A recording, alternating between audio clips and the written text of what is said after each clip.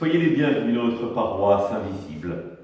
Et commençons par tracer sur nous le signe de la croix, car c'est Dieu qui nous rassemble au nom du Père, du Fils et du Saint-Esprit. Amen. Prenons le temps de prier pour les personnes malades de notre communauté, de nos familles, les personnes souffrantes à travers le monde.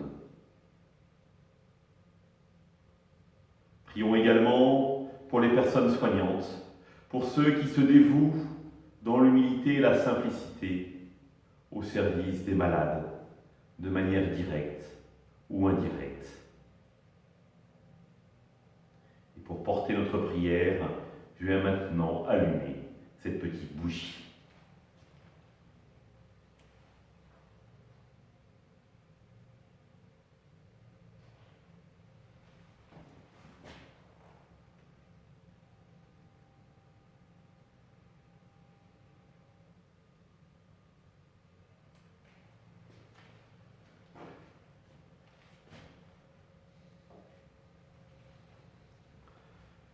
Dans l'évangile de Jean, en ce temps-là, Jésus disait à ceux des Juifs qui croyaient en lui : « Si vous demeurez fidèles à ma parole, vous êtes vraiment mes disciples.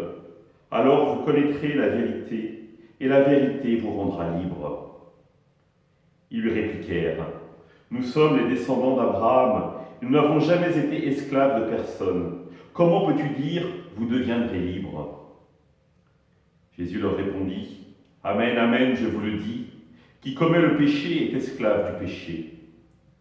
L'esclave ne demeure pas toujours dans la maison, le Fils, lui, y demeure pour toujours. Si donc le Fils vous rend libre, réellement, vous serez libre. Je sais bien que vous êtes la descendance d'Abraham, et pourtant vous cherchez à me tuer, parce que ma parole ne trouve pas sa place en vous. Je dis ce que moi j'ai vu auprès de mon Père. Et vous aussi, vous faites ce que vous avez entendu chez votre Père. » Ils lui répondirent : « Notre Père, c'est Abraham. » Jésus leur dit : « Si vous étiez les enfants d'Abraham, vous feriez les œuvres d'Abraham. Mais maintenant, vous cherchez à me tuer. Moi, un homme qui vous ai dit la vérité, que j'ai entendu de Dieu. Cela, Abraham ne l'a pas fait. Vous, vous faites les œuvres de votre père. » Ils lui dirent : « Nous ne sommes pas nés de la prostitution. Nous n'avons qu'un seul père, c'est Dieu. » Jésus leur dit : « Si Dieu était votre père, vous m'aimeriez, car moi, c'est de Dieu que je suis sorti et que je viens. Je ne suis pas venu de moi-même, c'est lui qui m'a envoyé. » Acclamons la parole de Dieu. Louange à toi, Seigneur Jésus. Frères et sœurs, les discussions entre Jésus et les pharisiens sont toujours un peu serrées, pour ne pas dire même un peu tendues. Et là, cette discussion augure d'une question qui est fondamentale, celle de la liberté.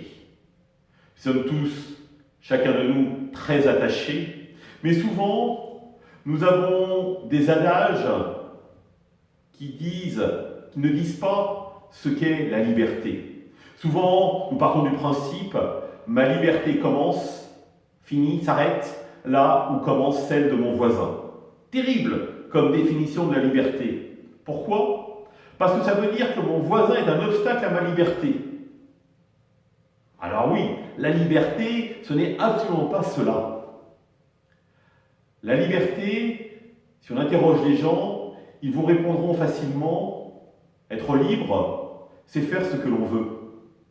Alors que non, absolument pas. Être libre, c'est vouloir ce que l'on fait. Vouloir ce que l'on fait. C'est-à-dire être capable de prendre une décision et de l'assumer, de la mettre en œuvre et d'en tirer les conséquences. Et là, véritablement, notre liberté pourra s'exercer. Et ce qui est très intéressant, c'est que pour prendre une décision, justement, il nous faut faire appel à quelqu'un d'en dehors de nous-mêmes, au Christ lui-même. Est-ce que véritablement, nous pensons à inviter Dieu dans nos décisions? Petite question toute simple, vous qui vous êtes mariés, une décision ô combien importante, et vous pouvez vous en réjouir. Est-ce que vous avez posé à Dieu la question, est-ce que c'est avec lui, est-ce que c'est avec elle que je dois me marier? Je pense que beaucoup vont répondre non. Et pourtant, si nous croyons véritablement, et comme le dit le Christ, qu'il est la vérité, c'est la vérité qui nous rend libres, c'est donc la présence du Christ au cœur de nos décisions qui nous rendra parfaitement libres. Et donc, il est fondamental, déterminant dans notre vie, d'inviter le Christ dans les décisions que nous avons à prendre. Alors évidemment, il ne s'agit pas de lui poser la question, est-ce que je dois saler davantage mon plat ou pas? Mais dans les décisions importantes, oui, pensons à l'inviter. Alors, nous ne serons pas esclaves du péché, comme les pharisiens le disent. Non.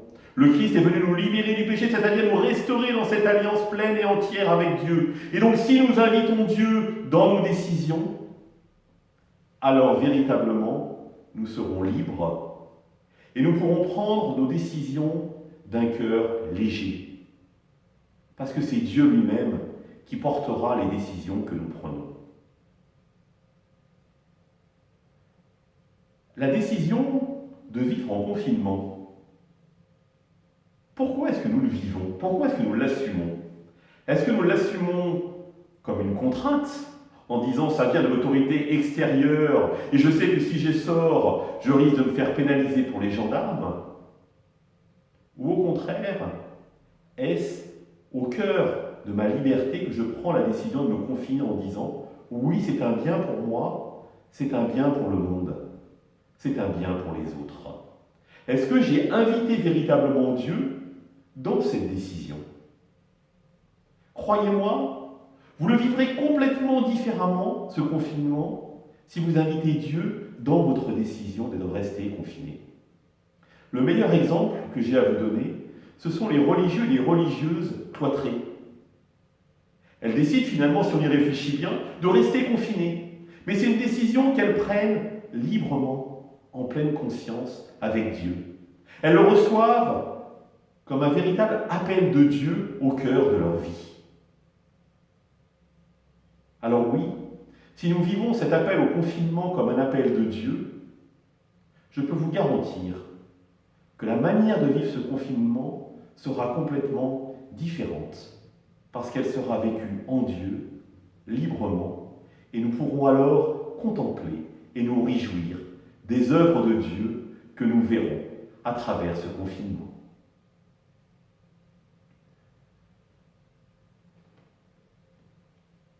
Nous sommes dans la semaine, nous avons commencé notre retraite paroissiale.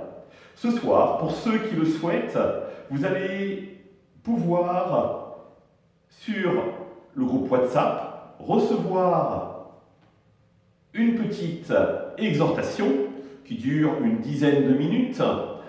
Je vous propose de préparer la Semaine Sainte et le Dimanche des Rameaux en priant avec les textes de la Passion. Finalement, si nous y réfléchissons, nous prions peu avec ces textes. Et pourtant, ils sont d'une richesse insondable. Ils nous disent des choses sur le mystère du Christ, ils nous disent des choses sur notre vie. Donc aujourd'hui, enfin demain, je vais vous inviter à prier avec Judas. Cela vous paraîtra peut-être un peu étrange, mais c'est un beau chemin de vie à découvrir. Pour les enfants, je vous adresse encore, c'est une petite histoire, la suite de Jacob. Je vous souhaite à tous et à toutes une bonne soirée. À bientôt.